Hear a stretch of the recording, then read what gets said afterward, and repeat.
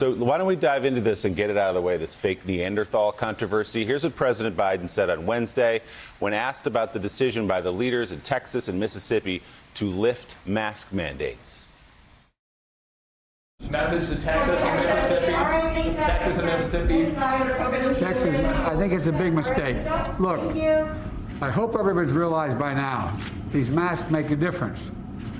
We are on the cusp of being able to fundamentally change the nature of this disease because of the way in which we're able to get vaccines in people's arms. And the last thing we need is the Neanderthal thinking that in the meantime, everything's fine, take off your mask, forget it. It still matters. So that's the president on Wednesday. Here's what Republican Senator Marsha Blackburn of Tennessee had to say about the president's comment. We were called Neanderthals when I led the fight against imposition of a state income tax in Tennessee. So you know what I did? I started the Neanderthal Caucus because Neanderthals are hunter-gatherers. They're protectors of their family. They are resilient. They're resourceful. They tend to their own. So I think Joe Biden needs to rethink what he is saying about the states that are choosing to move away from these mask mandates.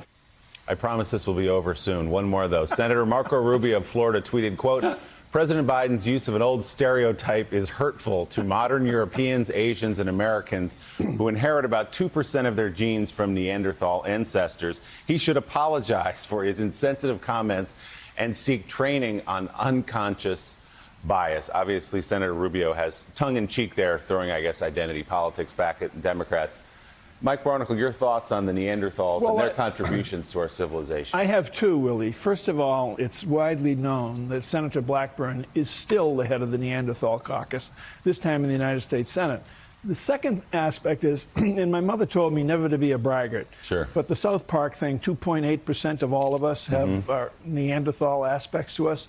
I'm way above that. I'm up about 12 to 13%, so I'm feeling pretty good about myself. You're an elite Neanderthal. Jonathan Lemire, I'm looking at our banner as we talk. It's hard not to laugh out loud. GOP lawmakers defend Neanderthals after Biden comment. Mike has long been a defender of Neanderthals. I'm glad he is on set for this historic conversation.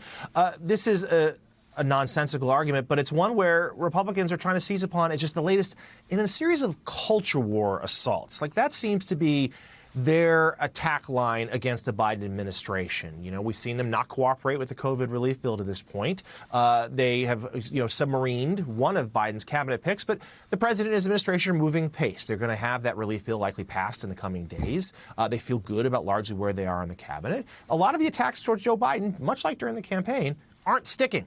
So it's back to the culture wars, and in particular, Willie, now Neanderthals. I'm shudder to think where they may turn next. My gosh. So Anna Palmer, is this real? Obviously, as Jonathan says, they believe they're onto something, like they were onto something with deplorables when Hillary Clinton said that. Is this just another chapter in their efforts at winning the culture war? It's a sideshow, right? I mean, anybody who's serious is not really taking up the issue of Neanderthals and starting to cut attack ads against Joe Biden or Democrats. They're going to be focused on vaccines, getting the economy back going. This is just, I think it's something that Republicans are kind of grasping at straws right now because there's not a lot of things where they are actually pushing a positive agenda or in alignment on in the post-Trump era. Eddie, I'm going to spare you. You're a prominent professor at Princeton University. I don't want to insult your intelligence. So we'll move on here. Hey, thanks so much for watching our YouTube channel. You can follow up on today's top stories and breaking news or catch up on your favorite MSNBC shows all in one place. Download the NBC News app today.